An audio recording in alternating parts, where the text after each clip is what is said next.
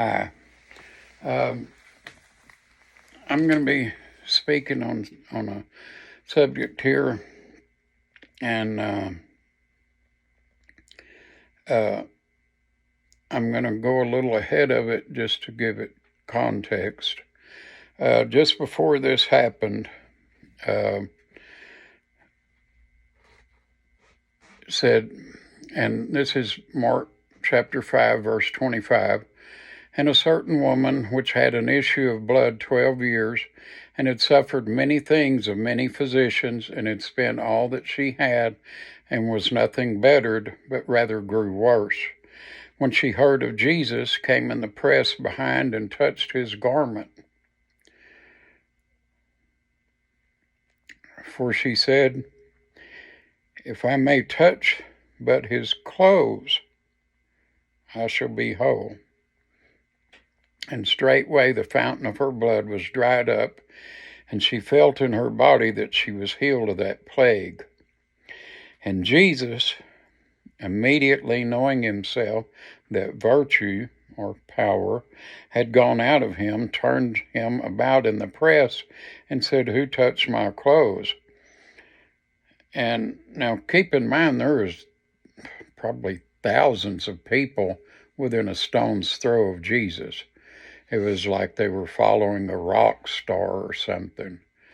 Of course, that's about how much respect they gave him when they wanted Barabbas instead of him. And we said, Who touched my clothes? And his disciples said unto him, Thou seest the multitude thronging thee, and sayest thou, Who touched me? They were like, What's the matter with you? Ain't no telling who touched you. Look at all these people. And he looked round about to see her that had done this thing.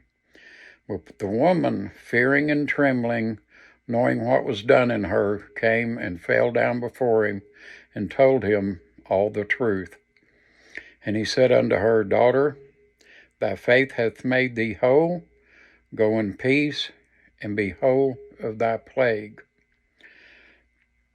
The reason I put this before what I'm about to speak about was, like I say, just put it in context, because in verse 35, it tells why.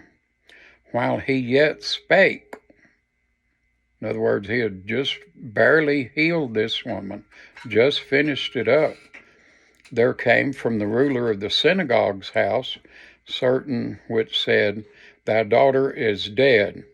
Why troublest thou the master any further? As soon as Jesus heard the word that was spoken, he saith unto the ruler of the synagogue, Be not afraid, only believe. And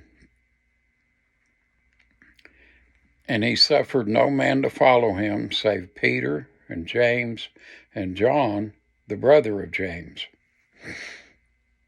And he cometh to the house of the ruler of the synagogue, and seeth the tumult, and them that wept and wailed greatly.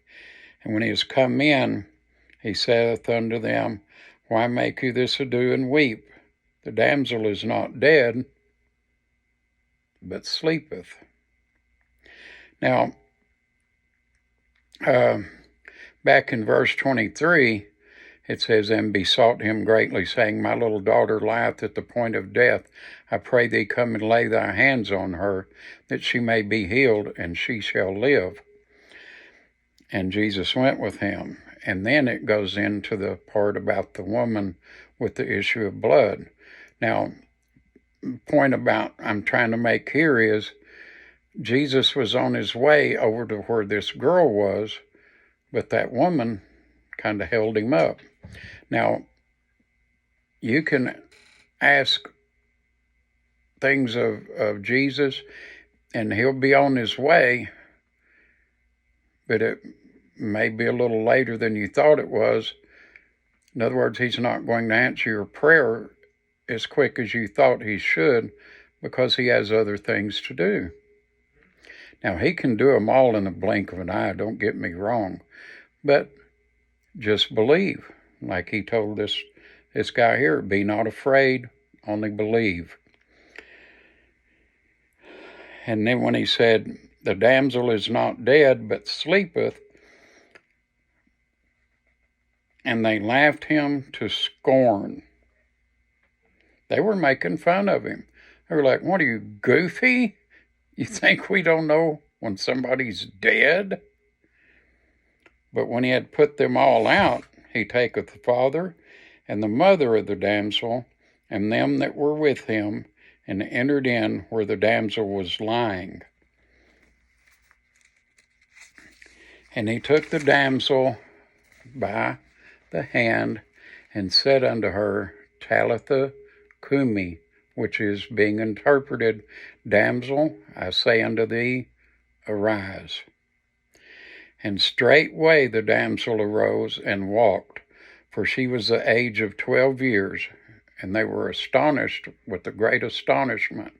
And he charged them straitly that no man should know it, and commanded that something should be given her to eat. Now, what got my attention when I first read this passage was these people were laughing at Jesus. Like I said, they thought he was crazy. You know what? You don't know when somebody's dead? We do. Well, here's my point. These people knew what death is and was. But Jesus knows life.